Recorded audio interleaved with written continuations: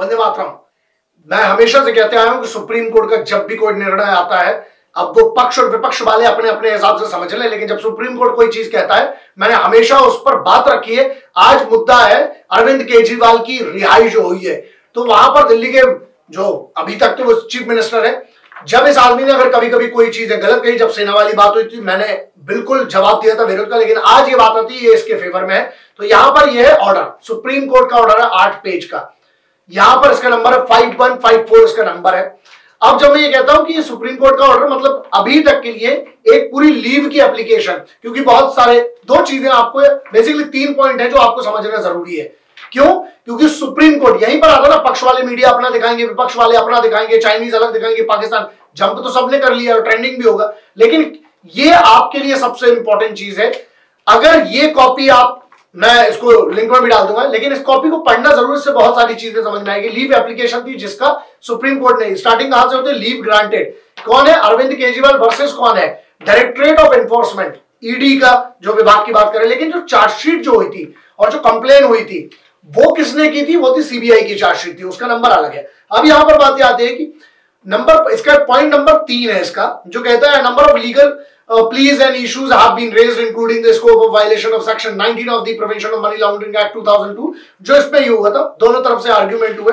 इसके बाद इसका एक 5 नंबर पॉइंट है जिसमें DOE का मतलब होता है डायरेक्टरेट ऑफ एनफोर्समेंट। वो क्या कहता है, जो पॉइंट ये एक्सप्लेन कर रहा है, DOE had registered, complain number है 28 जो 22/8/2022 को हुआ है। उसके बाद रजिस्ट्रेशन में इसमें 17/8/2022 को आरसी नंबर दिया गया है अंडर सेक्शन, यहां सेक्शन समझना पड़ेगा, सेक्शन है 120B जो राष्ट्रद्रोह की धारा मानी जाती है वैसे तो, section 120B read with section 447A of the Indian penal code 1960, section 7 of the Prevention of Corruption Act 1980. RC was registered on the complaint dated 20/7/2022 को, made by the Lieutenant Governor of Delhi जो UT के। उसके ऊपर क्या किया, government of India के एक director जो जिसको डिप्यूट किया जाता है मिनिस्ट्री ऑफ होम अफेयर्स के, वहां से पूरा वहां से शुरुआत हुई कंप्लेंट को लेके। The investigation by the DOE resulted, पूरा ये दिया गया है। इसके बाद ये होता है कि 2-4 बड़ी और फिर उसके बाद एडिशनल जिसको बोलते हैं सप्लीमेंट्रीज जो होती है चार्जशीट, वो करी गई थी, जो कि 26/11/2022 को हुई थी। यहां एक पॉइंट आता है। इसके बाद फिर जजमेंट्स का रेफरेंस दिया गया है, 10 में दिया गया है जो Mukesh versus state of West Bengal का था जजमेंट, सुनील, फिर इस पे इनके सबके रेफरेंस दिए गए हैं। ये हुआ है कि जो इतना बड़ा इलेक्शन है, क्योंकि एक नेशनल पार्टी का अरविंद केजरीवाल रिप्रेजेंट करते, क्योंकि party has been announced as the national party, तो उसके बाद ये था कि उनको इस चीज के प्रचार के लिए, लेकिन अब यहां पर बात आती है जैसे रिस्ट्रिक्शंस की बात आती है, उसके पहले एक पॉइंट आता है यहां पर 15 करके, यहां पर मतलब उसमें लिखा है पॉइंट 15 में लिखा है कि 9 बार जब समन दिया गया, वो बिल्कुल गलत बात है। अरविंद केजरीवाल ने उन समन का सम्मान नहीं रखा, जो आपको भी पता होगा जो हुआ। उसके बाद इस पर ही डिस्कशन चलता रहा 21/3/2024 को, फिर जब इस साल की मार्च में जब अरेस्ट की और ये सब बात आई, यहां पर एक बहुत इंपॉर्टेंट पॉइंट आता है और वो है पॉइंट नंबर 18 नंबर का पॉइंट क्या कहता है इसमें, वो बिल्कुल क्लियर करता है कि for the aforesaid reasons we direct that the appellant Arvind Kejriwal will be released on the interim bail in connection with case number दिया गया है जो 22/8/2022 वाला था। 1 जून वहां से, अभी ये लिखा हुआ है 1 जून 2024 तक के लिए, मतलब 1 जून के 2 जून को जो है इनको सरेंडर करना पड़ेगा। उसके बाद लिखा है 5 शर्तें लागू हुई हैं। शर्त नंबर 1 है, क्योंकि सबके नैरेटिव अलग है, पक्ष वाले, विपक्ष वाले, पाकिस्तान वाले, चाइना वाले, मीडिया वालों का जो अलग सर्कस है ना, वो नाच का, आपको सिर्फ नाच ना हो इस पे। सुप्रीम कोर्ट ने दिया सरमत थे, जब सुप्रीम कोर्ट ने कह दिया, सर्वोच्चतम न्यायालय ना सम्मान, उसने कह दिया चाहे वो पक्ष में आता विपक्ष में आता। मैं इसीलिए कहता हूं कि यहां प्रॉब्लम ये है ना, आप अपना पक्ष तय करने के पहले ना ये समझना जरूरी है। अब यहां पर बात यह आती, ही शैल फर्निश बेल बॉन्ड, मतलब इस पे ये कि 50,000 का एक बॉन्ड लगेगा।